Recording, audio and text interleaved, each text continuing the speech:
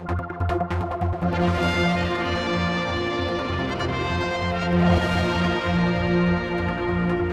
it's been quite a week in politics in the Isle of Man, and a few days ago James Corrin got in touch with me saying you'd like to have a little chat, and so many things to do with the health service particularly were on your mind. Of course, since we've agreed to do this and recording it, we've lost a health minister.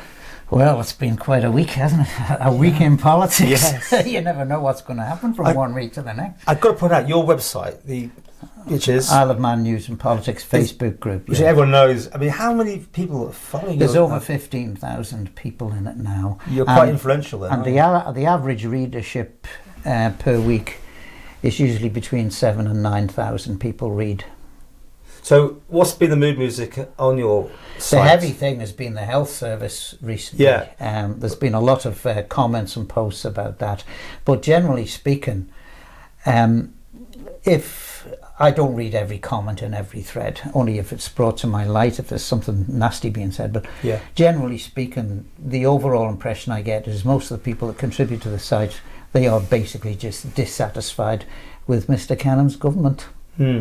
And I must admit, on a personal note, I personally agree with him, to be quite frank with you. A shocking thing which I found out, which a lot of people don't realise because they're not interested in politics, not everybody is, those who received the Manx State pension after 2019, they are not going to get the same triple lock that the Labour government's going to give them next April to the UK. Because Allinson said in his budget speech that he'd have to break away from the triple lock and work something else out because it was not sustainable, because our NI fund will run out in 2040 or something like that. I don't know the exact year.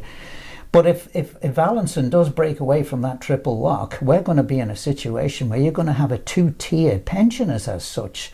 The older ones getting the triple lock, and what's we going to get the ones my age that have received their old age pension after 2019?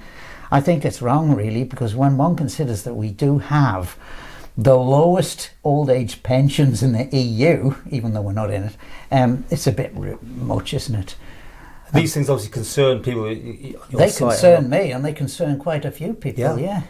I mean, the Isle of Man appears to be in a bad way almost, because with the health service needing all this money, and where they're going to keep getting it from. The 2p that was added by Mr. Allison or Dr. Allison now seems to be a permanent fixture. I see. That's interesting. Well, yeah, so that was another lie, wasn't it, at the budget? It'll only be a temporary measure, chaps, don't worry, but now it's going to be permanent. Well, to be honest with you, that really annoys an awful lot of people, because we're renowned for being a low taxation country, right?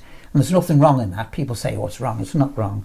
But if you're going to start taxing, they should tax those that can most afford it. Not ordinary working people who are in the 20% bracket of pay. They could do something about maybe introduce a higher rate of tax, say 30p in the pound for those on megabooks. It wouldn't stop people coming to the Isle of Man. You don't think so? Don't you think that's the whole draw? Don't they just go where the money is? No, this is a government fallacy. It really is. Well, the Labour government are kind of getting a lot of people saying we're going to move if you put anything Well, they can move here. Well, apparently some are looking at estate agents. What Starmer doesn't want, we'll have them here. Estate agents told me that the upper bits are moving. Yeah, the uber rich people are possibly, some of them are moving here, or certainly looking at it. Well, but they've got a lot of places to go to these days. Yeah, but I also ask you this: what really do they contribute to the Isle of Man? Because these super rich people are tax dodgers, most of them. Mm-hmm. They pay accountants to avoid paying tax. So I would just wonder, what real value are they to the Isle of Man? But this government has this attitude: oh, got to look after the rich. Oh, if they go, we'll be doomed. Well, to be honest with you, Paul, as a Manxman, we were okay before they came, and we'll survive after they've gone. That's my view, to be honest with you. But where's the future for the Isle of Man? In what direction? Surely we're still going to be a low tax jurisdiction. Well, Alf Cannon wants an extra 5,000 jobs and 15,000 people. That'll be the families attached to them. That seems to be probably going out the window. That can't happen, because the health service can't cope with 86,000 people at the moment. So you stick another 15,000 on top of that and make it 100,000. The infrastructure isn't there at all. Now, he's saying it'll do this all so that they'll generate money and then there'll be money in the fund. But what when those 15,000 people then get to the retirement age? What are we going to do then? Let's have another 15,000. Where does it end? I see it in 50 years' time. There'll be hardly a tree left on this island the way it's going, to be quite frank. And isn't this half the thing? Every time I do one of these programs, it's the gloom and doom is just getting more and more to the front, isn't it? I mean, it doesn't necessarily mean that everything's going wrong for the Isle of Man. It's just we seem to be highlighting a lot of the difficulties, and rightly so, right? I mean, well, yeah, because of the way the situation is with the government. But let's be fair. On the other hand, there is an army of folk out there running various charities, the RNLI and people like that. They are absolute heroes. And they're not in it for the mega bucks. They're doing it because they want to help their fellow man. The Isle of Man as a nation is I would consider to be a very kind bunch of people amongst people, and they are very caring towards each other. But that seems to be totally in conflict with the people that we elect. And I just don't see...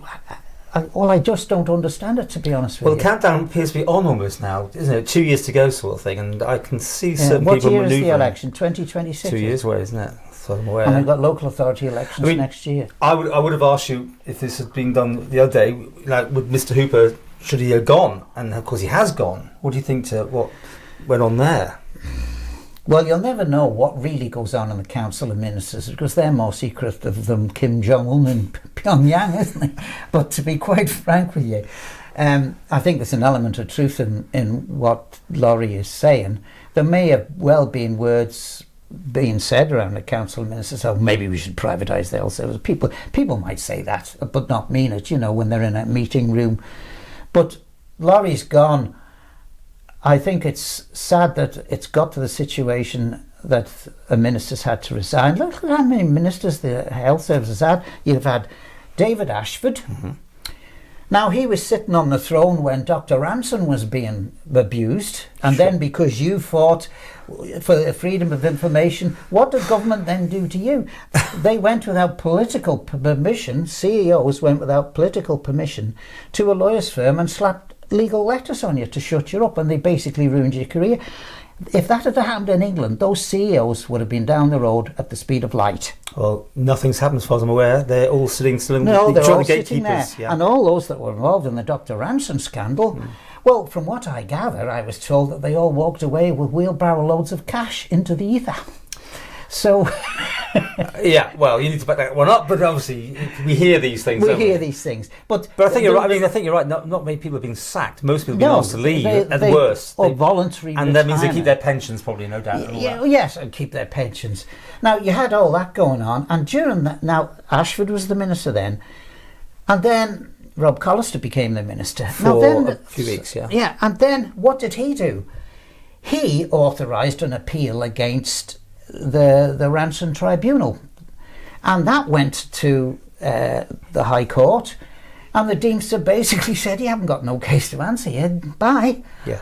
And so that cost us thousands of pounds. So David Ashford, as far as I'm concerned, failed as a health minister. So you wouldn't see him back? No, and I certainly, Rob Collister didn't really exemplify himself in any way, because he continued to fight on behalf of government against Dr. Rosalind Ranson. Yeah, but there was one day when he wasn't available to sign something, and that was all. Well, he didn't sign it, and it had to be signed by somebody else. Or I can't remember all the details. I don't know the true story, but he was the minister at the time, and he had the final say. Yeah, but anyway, he didn't keep that position long. He got no. So then we ended up with Laurie. Yeah. Well, he's had it twice, hasn't he? Sort of thing. He's been in and out. So it's a poison chalice, Paul, isn't it? The thing, though, with Laurie Hooper, I had my beef with him because he wouldn't talk to me since that. Yeah, and that, I think, to be quite frank with you, I think that's very childish. If you're a political figure, even if you don't like the journalist, well, I'm only asking the questions. That's why I keep pointing out to him. I'm not. It's a very strange one, that one. You're only the messenger, really. He shot the messenger. That's for sure. But the thing is, if you go back a few years when Jeremy Paxman was running BBC Two Newsnight. Now, politicians absolutely hated him because he'd hammer them into the ground, but they always agreed to be interviewed by them because they knew damn well that if they ran away from him, they would be called losers, Because the one thing a politician needs, even if they don't like it, they should be able to be interviewed by all sections of the media. Well, I mean, I don't want to be dragged into this too much, but I mean, obviously, Laurie Hooper being in the Liberal Vannon Party, that was half the thing, with being the openness, honesty, and transparency. And I think as a backbencher, he did a great job. I mean, he kept government at bay, and he's a very detailed man. But things change when people get inside the Council of Ministers. Boy, I mean, he changed a lot in my view. That by not doing interviews or whatever it was, and of course it's a strange thing, isn't it, when people won't talk to you? But anyway, well, here we are now with Laurie going to go on the back benches, and Joni's resigned from the L2. Now, if you look at Laurie and Joni, and then you've got Tim Glover, is it? And you've got Claire Christian, and you've got what's her name? Franken. Julie Edge. Julie, yeah. And you've got them, and you've got Chris Thomas with them, and perhaps Jason Morehouse. So this sort of band. I think there's a caucus of an opposition growing, and it's what Tim needs. It's not enough, though, to oust the Chief Minister, is it? Because in Jersey, we had this discussion, they've got more members, so they've got more of a core outside of the council. Yeah. Here, you need pretty difficult. You see, the trouble is you've got half of the parliament in government. Correct. And basically, they should have it's only a third of the parliament is in government. I personally think the whole thing needs restructuring anyway. It's, for example, the Treasury. You've got too many members of the Treasury. You don't need one minister. What about size of the civil service? Well, let's deal with that one. Well, from what I gather, going back to the health service, there seems to be more managers and clipboard experts than there are medics. And it was very disturbing to hear what that doctor that you interviewed the other day, it was quite shocking that. And he hinted too that there's still a culture of... if your face fits. If your face fits, and you know, and I think at one point he said, I'd better watch what I say. Well, that's bullying as far as I'm concerned. But that's the nature, isn't it? They don't want people to go to the press. We're not an open and honest society here because we don't get to necessarily the right people to talk on camera anymore. Exactly. And I had a similar thing because I've had private messages sent to me from bus drivers telling me that they've been told to watch what they say. Yeah. Shut up. And you know, this culture throughout government, Julie Edge was trying to stop it with her whistleblowing policies and all the rest of it. But the culture remains. But the culture in the health service has certainly remained. From Dr. Ranson onwards, it still continues. I'll tell you who should run the health service. Go on. Dr. Ranson. Well, if they made her the CEO of Nobles Hospital, I reckon things would be sorted out very quickly. What about Manx Care? Theresa Cope, I mean, should she stay or go? What do you think? Or is it nothing to do that level? I don't really know, to be honest with you. She comes on the radio, and all the Manx radio do is ask her nice things. They don't really. Isn't that problematical, isn't it? There's easy rides, basically. These people get an easy ride in the main from the mainstream media. It's not the sort of easy ride they get from you or the likes of Jeremy Paxman. Well, thanks for being this level, but I don't think I'm quite on that. I just ask questions because they come to mind. You know, I don't. Yeah, but you ask the right ones. Yeah, well, and sometimes. And the thing is that I would ask the right ones if I was in your position. Theresa Cope, I just don't honestly know. Was she around when the ransom thing was going on? If she was, well, she's been there since Manx Care started, right? Hasn't she? I think she's been there. You know, we've got to be careful. We don't want to say anything bad about the girl. But to be honest with you, a new broom sweeps clean. And you know, the best person to run the health service is the best person that they got rid of, and that's Dr. Ranson. She is a highly qualified, one of the highest qualified doctors in Europe, and she was taking orders from Maxon, who I understand has only got a degree in music. Apparently, that's what I hear. But you know. Oh, what's a fact? Yeah.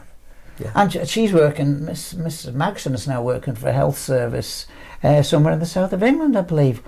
Oh, has been, certainly, yes. Yeah, I wouldn't have her anywhere near the doctor's surgery, to be quite frank with you. But so, you know, what's going to happen with the Isle of Man over these next 2 years? I mean, Alf Cannon's going to sit it out. He's now taking on various mantles. He's now head of the health service, obviously, for a while. And well, as we record this, he certainly is. Anyway, he's got to find a new minister. There's two ways it can go. It'll carry on the way it is, or eventually there will be a vote of no confidence in Coleman. Yeah. Who would make the minister, do you think, now? I mean, do you think Dr. Allison's sideways? Do you think anyone wants it? I mean, he might be the fit, but then Would that be bringing back ex-ministers back into the fold? Ashford? To be honest with you, I think we need a complete new set.